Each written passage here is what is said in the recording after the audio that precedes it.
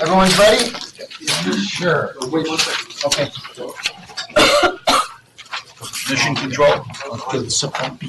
Mission control. Hey, Mark, could you look at calendar? How you joke? Do it fast. There you go. Why can't everyone have a simple name like Triantafilides? I want to. You're good?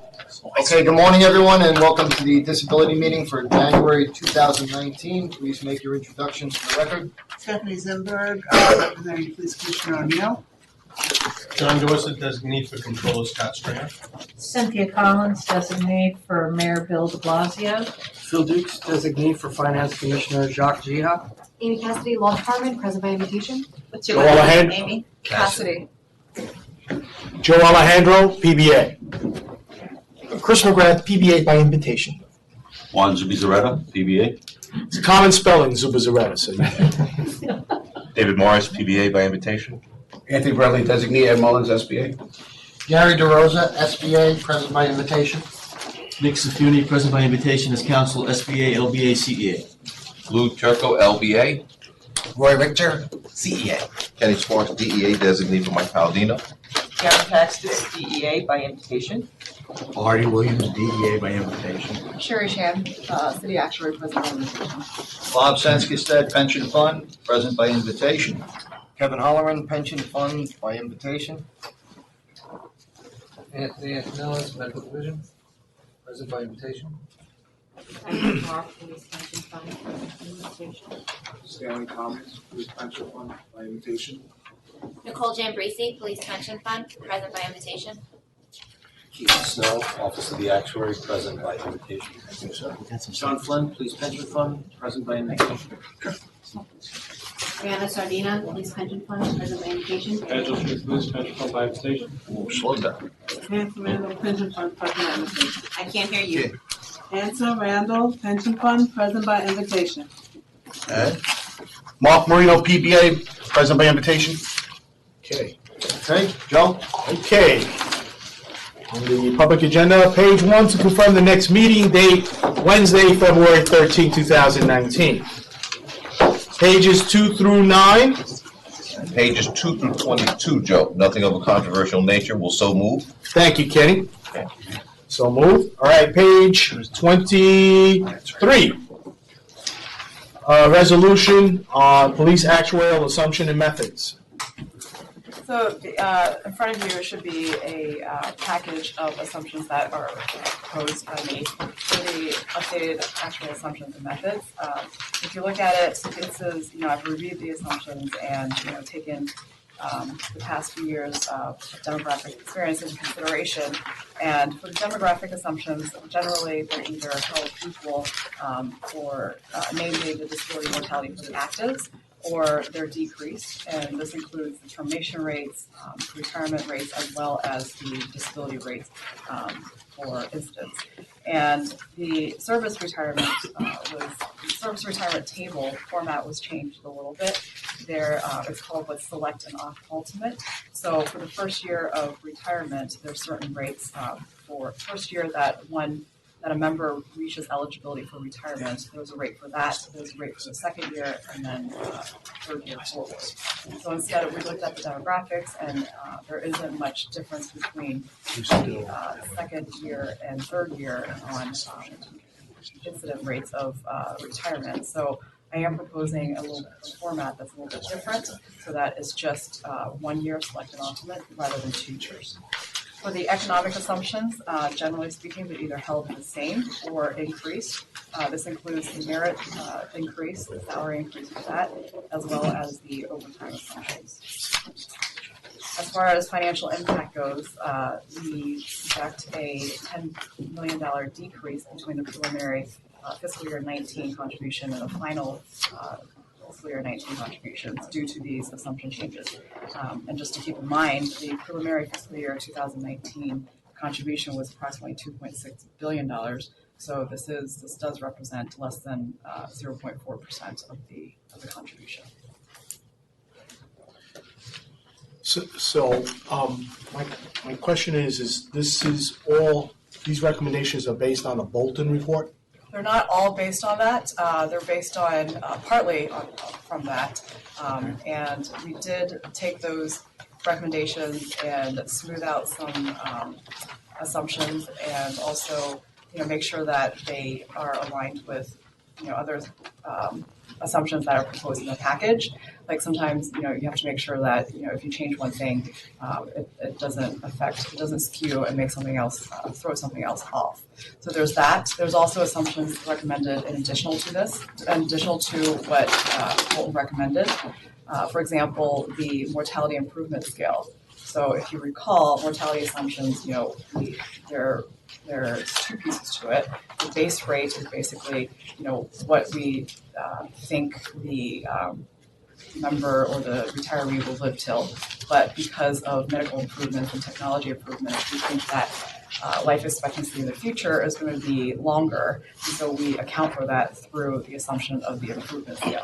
The improvement scale was not reviewed by Bolton, and that is an assumption that I am proposing on top of what they proposed, as well as some other methodology changes. So, I appreciate that explanation. So, with regards to the Bolton report, that's not a final report. It's a study that they did that is outlined here, and it is available. I don't know if It's preliminary, Sherry. It is not a public document. It's not available. The results are preliminary, but the document itself is final that was presented. It was the final presentation. Sure. The final report has not been presented. Results. So who all right, I seem to get a diversion of opinion here. You're saying there was no final report. They presented a preliminary report to the actuarial subcommittee. Actual audit. To the audit committee that is auditing the actuary. And it seems like the actuary is arguing that there was a final report. The final report is due later this spring. So there's a preliminary report, and then there's a final report, right? Mm-hmm. So the presentation was to present the preliminary results. Mm-hmm. So what was presented, that document, is a final document of the preliminary results. But it's not a final. We've been in contact with them, and there's no expected changes between the final and the preliminary report. No changes at all? I mean, there's nothing that they're going to tweak or anything like that? That's what they have told us. Is that your understanding? You sit on that committee, I don't, so I'd have to rely on. So obviously the controls on the actuarial audit committee. However, I was not at the meeting, so I'm probably not the right person in my office to chime in on that. But my understanding is that it wasn't the final, that it was still a preliminary report, and not a final. I was at the meeting. But I believe defer to Cindy because she was at the meeting, so I don't want to mislead.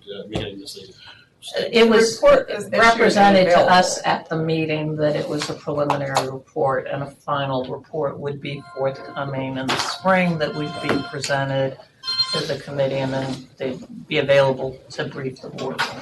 Yeah. Was my understanding of what happened at the meeting, that it was a preliminary briefing as part of their work plan, and that a final report will be forthcoming. They didn't discuss with us on the committee what there were questions. There were questions asked during the. So, considering, and again, that you sit on the committee, you're not sure as to what the overall outcome of these potential changes will actually amount to down the road. That's correct. Sherry, can you tell me in that report how many things were recommended and how many things you've chosen not to Generally, everything that they recommended for the police pension system was incorporated in this package. Almost every recommendation? Correct. And the recommendations that, again, that were tweaked, so to speak, is the smoothing for some of the, ages at the age range, at the later and earlier age ranges. And again, to make sure that they're consistent with other assumptions that are being used. Okay. All right. And again, I wanted to remind the board also that, assumption changes what the actuary proposes as the assumption changes aren't necessarily tied to the audit report. In my relatively short tenure that I've been here, there's been cases of most instance where I either propose assumptions that have gone through that has not been supported by an audit report, and there's been final audit reports that have been issued that I have not made any assumption changes based off of that. So these are, in different sections of the law that, I'm sure the attorneys in this room could speak a little bit of, but what I do know is that the city charter that states for the audit, that's done every 4 years. And the experience analysis that the actuary is supposed to review and make assumption changes and propose to the board is done every 5 years. So just, based on the numbers itself, it's not meant to necessarily align. I'm sorry? They're not meant to necessarily align because one is 4 years and one is 5 years, and obviously 5 is not divisible by 4. So the only thing is these proposed changes, there's still some time to review before an actual vote. Yes. So based on that, because we've not had enough time to thoroughly analyze this, and we may still have some questions to the actuary. Joe, can I just add one thing before you? I've seen a couple of these audit reports, and it's actually basically they audited all your calculations and they recommended like no change in the contribution from the city. So we're talking really about semantics. But 0.4%. That's pretty good. So, but the one thing I was curious about is the, and it's been a long time coming, is updating the mortality tables as applied to option factors with pension. So, do these things go hand in hand, or can we introduce this? And I get the feeling that people want to look appropriately at this Bolton report and all the changes and everything. But can we introduce the option update at this point? Is this? So I do, and I'll get into that in the next agenda item. But I will say that the option factors, there's 2 assumptions that go into deriving option factors. One of which is the interest rate, and the other is a mortality assumption. So the interest rate, there's no proposed changes for that here, nor the option factors. For the mortality table, it is the same mortality table that is being proposed for both sets of, both the A&M and the option factors. And, if this was done, with the time schedule in mind, that, the option factors have an April 1st implementation date. And if you, think ahead about the employer contribution schedule, the preliminary 2020 employer contributions come out in March. So, we do have some time, Joe, to, for the Board of Trustees to review these assumptions. It is hopefully adopted before March so that it can, be used for the 2020 preliminary contributions. And if it is, by then adopted, then obviously the April 1st implementation date would have no issue. Okay, so I so move the option factors. Nice try. Okay, so the PBA would like to table both items. Okay. Well, should I speak a little bit about the option? Yes, please. Okay. So the option factors, which is a separate memo. The last time, I do just want to bring to your attention that the last time this board adopted new option factors was August 19th of 1985. It was a Monday. It is a random date, but it is a Monday. And, so it has been quite a while. The industry standard is really to update these once every 15 to 30 years. So it is time for updated mortality assumptions that go into these option factors. And in most cases, large majority of these cases, the members will get a larger benefit under the new option factors. But for those who do not necessarily get a higher benefit, there's no concern there because of constitutionally protected reasons. It's going to be the best of all sets of factors. And again, this is to be proposed for retirees retirements on and after April 1st, 2019. So for the retirements on and after this date, they would get the best of all options. And for members who begin employment from April 1st, 2019 forward, would only have this new set of factors as their only option unless new factors will be introduced in the future. And the mortality, because of the mortality tables, there are different sets of option factors. There's one set for the disability retirements, and then a couple set for the service retirements. And that's because, again, it's divided between the date, date of last time it was updated. So pre-August 19th, 1985, there's one set. For those after August 19th, 1985, there's another set for the retirements. The other thing I wanted to point out is, as far as the financial impact, this has no bearing on the funding, because for funding purposes, the maximum is calculated in valuation. And because these are supposed to be actually equivalent, if a retiree elects like one of these options, then whatever the option is supposed to be actually equivalent. So from a actual present value point of view, there's no bearing on the funding. And again, I provided some sample rates for you on page 3, and you can see that, you know, based on different options, based on different age combinations, and based on different types of disability, it affects the numbers differently. And it does, it can be up to 18% as far as these sample rates go, that the member would see an increase in their benefits. So I understand, you know, you guys, it's a lot of information to digest, and you guys might want to review it, and I welcome, you know, any phone calls, emails, office visits that you guys might want to, you know, talk about this a little bit more in depth. I'll be happy to do that.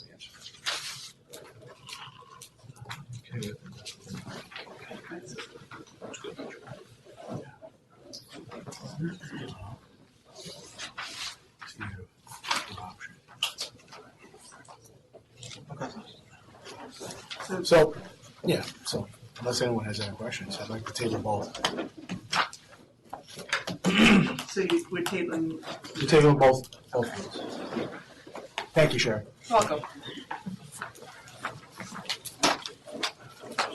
And the next item is page 65, regarding a resolution, retiree change of option. Speaking of options.